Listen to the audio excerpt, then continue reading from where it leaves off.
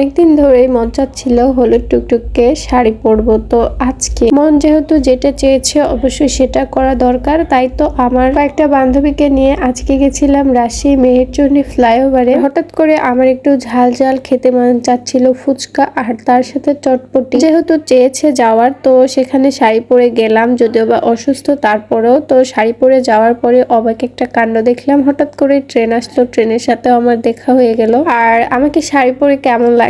আর রাজশাহী মেহেরচণ্ডী ফ্লাইওভারে আসেনি এমন মানুষ খুবই কম আছে, যাদের বাসা রাজশাহী তারা তো চেনে। আমি যদিও বা এখন রাজশাহীতে থাকি, তাই রাজশাহী মেহেরচণ্ডী ফ্লাইওভারে আসে অনেক সুন্দর একটা ফিল পায়, অনেক সুন্দর বাতাস। বিকেল হওয়ার পরপরই এখানে অনেক লোকজনের ভিড় জমা হয়ে যায়, আর রাস্তা দিয়ে কিন্তু গাড়িও চলাফেরা করে। আমি একটু সাইডের দিকে ছিলাম, কারণ যেখানে ভিড় নাই সেখানে ভিডিও করার জন্য অনেক বেশি ভালো হবে, কারণ অনেক সময় আমি ভিডিওতে কথা বলি, আর কথা বলা যদি কেউ শোনে আমার নিজেরই শরম লাগে।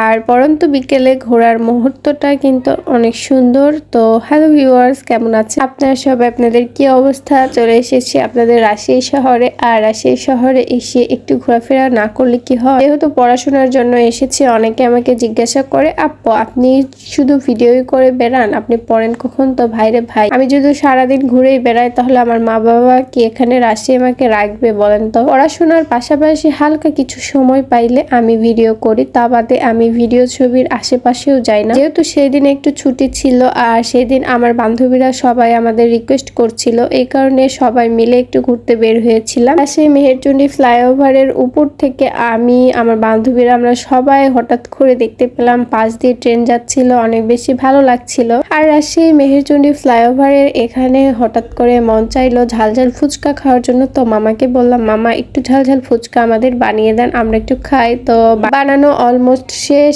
এখন সুন্দর টক দিয়ে খাবো।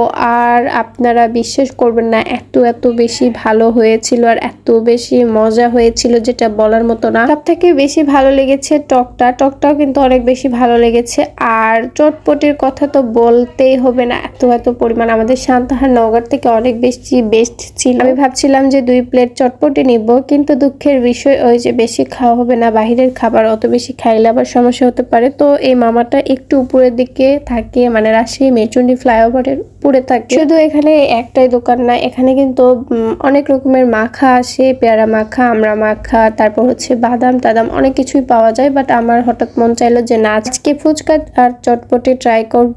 আর আমি কিন্তু বেশ অনেক কয়বারই এখানে ঘুরতে এসেছিলাম। এখানকার আবহাওয়া, এখানকার মুহূর্তটা অনেক বেশি ভালো ছিল, আর অনেক বেশি সুন্দর ছিল। ঘোরাফেরার মধ্যে যে শান্তিটা পাবেন এটা অন্য কোথাও গিয়ে আর পাবেন না, এটা আমি বিশ্বাস করি। সবাই বেশি বেশি ঘোরার চেষ্টা করবেন, আর মন মাইন্ড সবসময় ফ্রেশ রাখবেন। ভালো থাকবেন, দেখা হবে নেক্সট ব্লগে। আল্লাহ হাফিজ।